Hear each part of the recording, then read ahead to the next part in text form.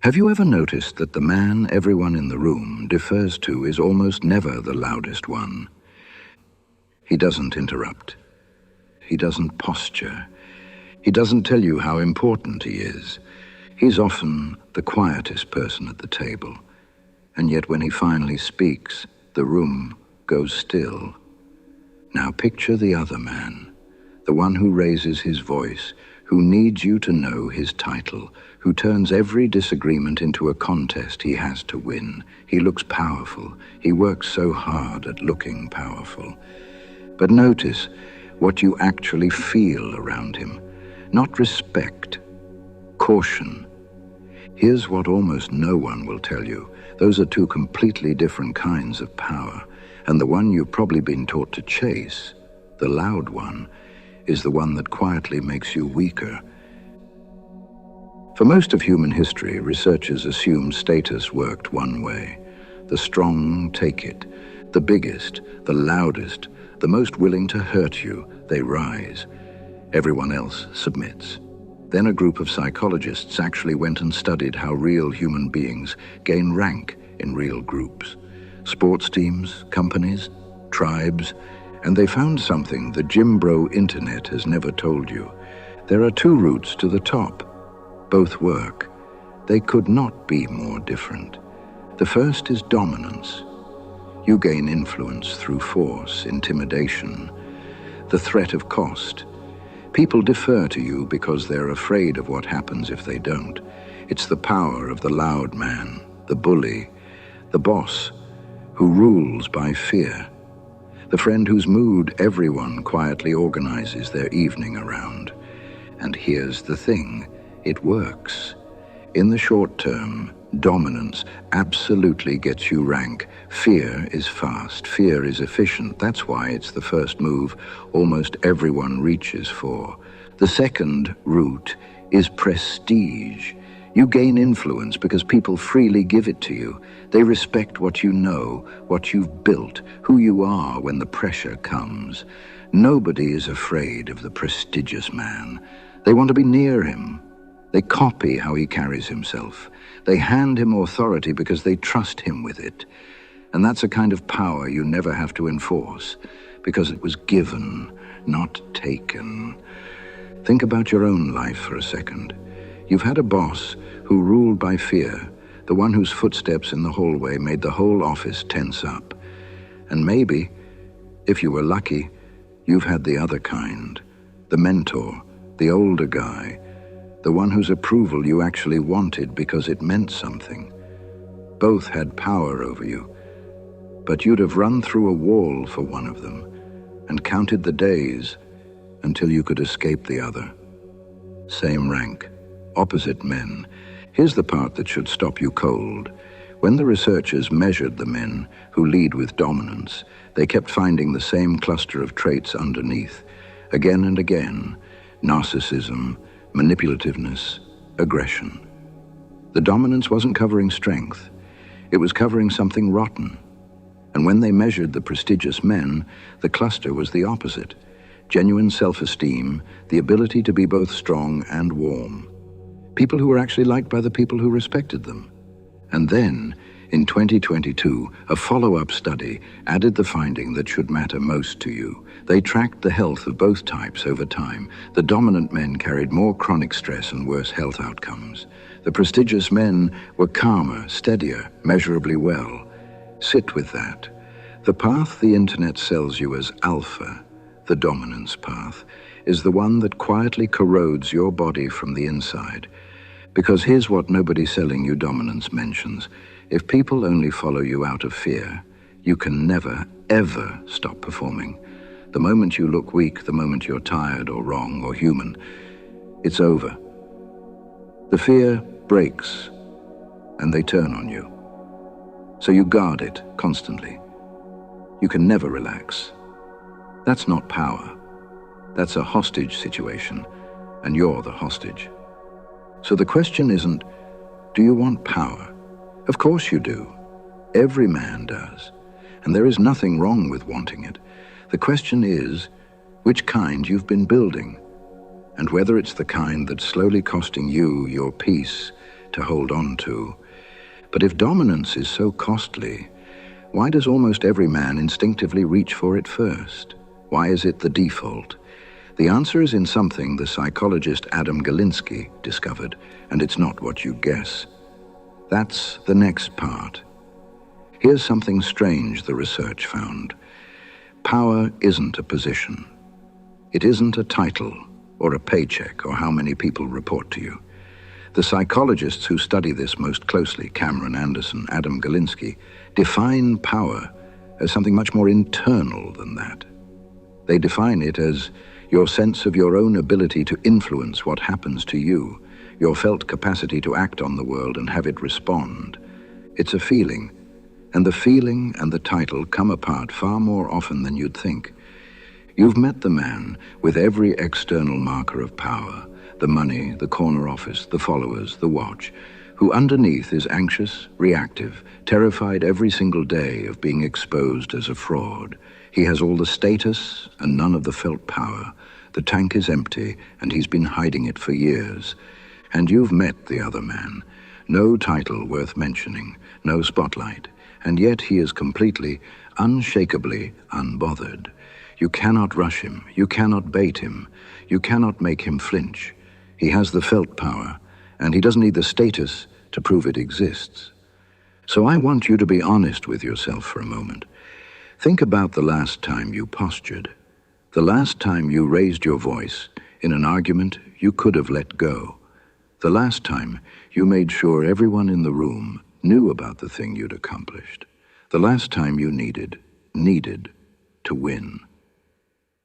Where did that come from? A full tank or an empty one? Because here is the uncomfortable truth, and it reframes every loud man you've ever met. Dominance is what low felt power looks like when it's trying to hide. The man who is genuinely secure in himself has nothing to prove, and so he simply doesn't perform. He's got nothing to defend. But the man who is empty inside has to keep showing you the costume. Louder, bigger, harder, because the costume is the only thing there. The aggression isn't strength overflowing. It's weakness, screaming. Once you see this, you can't unsee it. The next time someone tries to dominate a room, watch closely. Watch how much effort it takes them. The truly powerful don't strain like that. Water doesn't have to convince you it's wet. Galinsky found something else too, and it explains why dominant men so reliably destroy the very thing they're trying to control. As people gain power, he found, they progressively lose the ability to take another person's perspective. They stop being able to read the room. They stop registering you as a full human being and start seeing you as a function, a tool that's either useful or in the way. That's why the dominant man, left unchecked, always overreaches in the end. He's not evil, necessarily. He's blind. He literally can no longer see the people he's standing on until they're gone, and he's alone at the top of something that's crumbling underneath him. So if real power is a feeling, a full tank, a steadiness that doesn't need to announce itself, the only question that matters becomes, how do you actually fill it? Not fake it, not perform it, fill it. And there's an answer, one of the most tested, most replicated findings in the entire field of psychology. That's where we go next. Two researchers, Deci and Richard Ryan, spent 40 years on a single question: what makes a human being feel genuinely self-driven, alive and strong from the inside, not whipped forward by fear, not chasing someone else's carrot, powered from within by his own engine? They found three things, only three. They called it self-determination theory, and it has held up across thousands of studies, dozens of cultures, every age and walk of life they tested.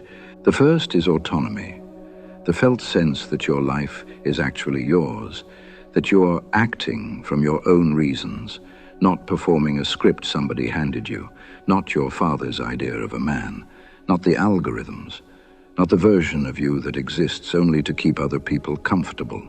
Yours. Here's how to feel where you stand on this. Think about your last week.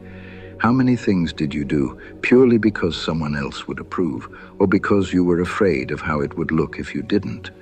Every one of those is a small withdrawal from the autonomy account, and every time you choose something from your own center, even something small, even something nobody claps for, you make a deposit. Powerful men have a large balance here. You can feel it on them. They're not auditioning for you. The second is competence, real demonstrated mastery of something genuinely hard, not the appearance of skill, actual skill, earned slowly, the kind that can't be bought or faked or posted. This is the one men skip most often because it's the one that demands the most and rewards the slowest. But understand, there is a specific, unmistakable power that radiates off a man who is actually good at something difficult. You've felt it near a surgeon, a craftsman, a musician who's put in the 10,000 hours. They don't have to tell you they're skilled. The skill speaks. This is literally the engine of prestige. Competence is the thing other people freely give respect for. And if you feel powerless right now, ask yourself honestly, what are you actually demonstrably good at? If the answer is thin, that's not a character flaw. That's a map. That's exactly where to go. And the third, the one the dominance crowd gets catastrophically, tragically wrong, is relatedness, genuine connection, being truly known by people who are not afraid of you. Here's the trap. You cannot be close to someone you're intimidating. Intimacy and fear can't occupy the same room. So the dominant man, brick by brick, walls himself off from the one thing that would actually fill him and ends up exactly where you've seen those men end up. Powerful, feared, and profoundly, achingly alone. Surrounded by people who perform for him and known by none of them. That's not a throne. That's a cell with a view. But autonomy, competence, connection, a man building all three doesn't have to announce a single thing. The power radiates off him quietly and other people feel it before he opens his mouth. Carl Jung compressed the whole dominance trap into one sentence. Where love rules, there is no will to power, and where power predominates, their love is lacking. The man grasping for dominance has, without ever realizing it, traded the thing that would actually fill him for the thing that empties him, and then wonders why no amount of winning ever feels like enough. But knowing the three roots still isn't enough, because there's a biology underneath all of this, an actual chemical engine of feeling powerful in your body. And once you understand how it truly works, you can stop fighting yourself and start stacking it deliberately. That's the next part, and it's the most practical thing in this whole video. There's a real, measurable biology to feeling powerful, and it's worth getting right, because the internet has turned it into supplement ad nonsense. When a man wins, even a small contest, even a minor one, his testosterone rises, and that testosterone makes him more confident, more willing to step forward, more willing to take the next risk, and measurably better at the next challenge. Win again, and it rises again. Researchers call this the winner effect, and it is real and well documented.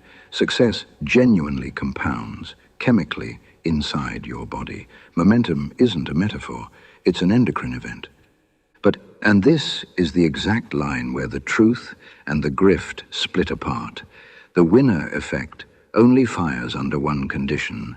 The researchers, studying what's called the dual-hormone hypothesis, found that testosterone only drives you towards status and action when your other key hormone, cortisol, your chronic stress, is low. When you're flooded with stress, the entire engine stalls out.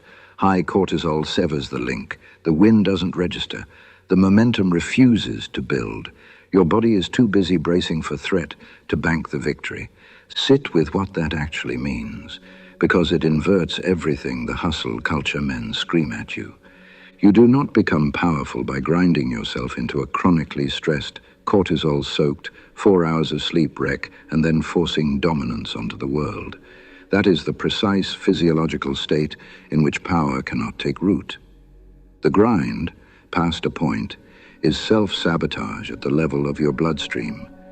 You build power the opposite way. You bring the background stress down, real sleep, real breath, a nervous system that actually gets to rest, and then you stack small, real, genuinely winnable wins. And it has to be small enough to actually win. This is where men go wrong. They set a goal so huge they fail at it daily, and every failure is a little hit of loser effect. Testosterone down, confidence down, the engine running in reverse. Don't do that. Pick wins you can actually land, a hard workout finished, a difficult conversation you stopped avoiding, one genuine rep of competence, one thing you said you'd do and did. Small win, recovery, small win, recovery.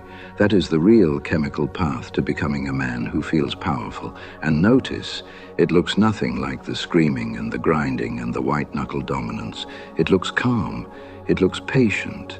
It looks honestly like the quiet man at the head of the table, because that's exactly how he got there. So now you've got the psychology and the biology, but there is still one block deeper than both. The real reason so many genuinely good men stay quietly powerless their entire lives, even when they understand everything we've just covered, and it lives in the one part of you that you were taught, very early, to hide. That's the last and most important part. Here is the deepest reason men stay weak, and it's going to sound backwards. It isn't that they lack power. It's that they are afraid of their own. Go back somewhere early, maybe a single moment, maybe 1,000 small ones. Most men learned that their force was dangerous, that their anger made the people they loved go cold or go away, that their wanting was too much, that their bigness, their loudness, their raw boy energy was a problem to be managed. So they did the only reasonable thing a boy can do. They made themselves smaller. They buried the force. They became agreeable, safe, easy, helpful. The good guy who never, ever causes a problem. Maybe that's you. Maybe you've spent your whole life being the reasonable one, the calm one, the one who absorbs everyone else's chaos and never makes any of his own. And maybe you've quietly wondered why, underneath all that niceness, there's a low hum of resentment you can't explain. Here's what Jung understood about everything we bury. It does not die. It goes down into what he called the shadow, and from down there, in the dark, it runs your life without your permission.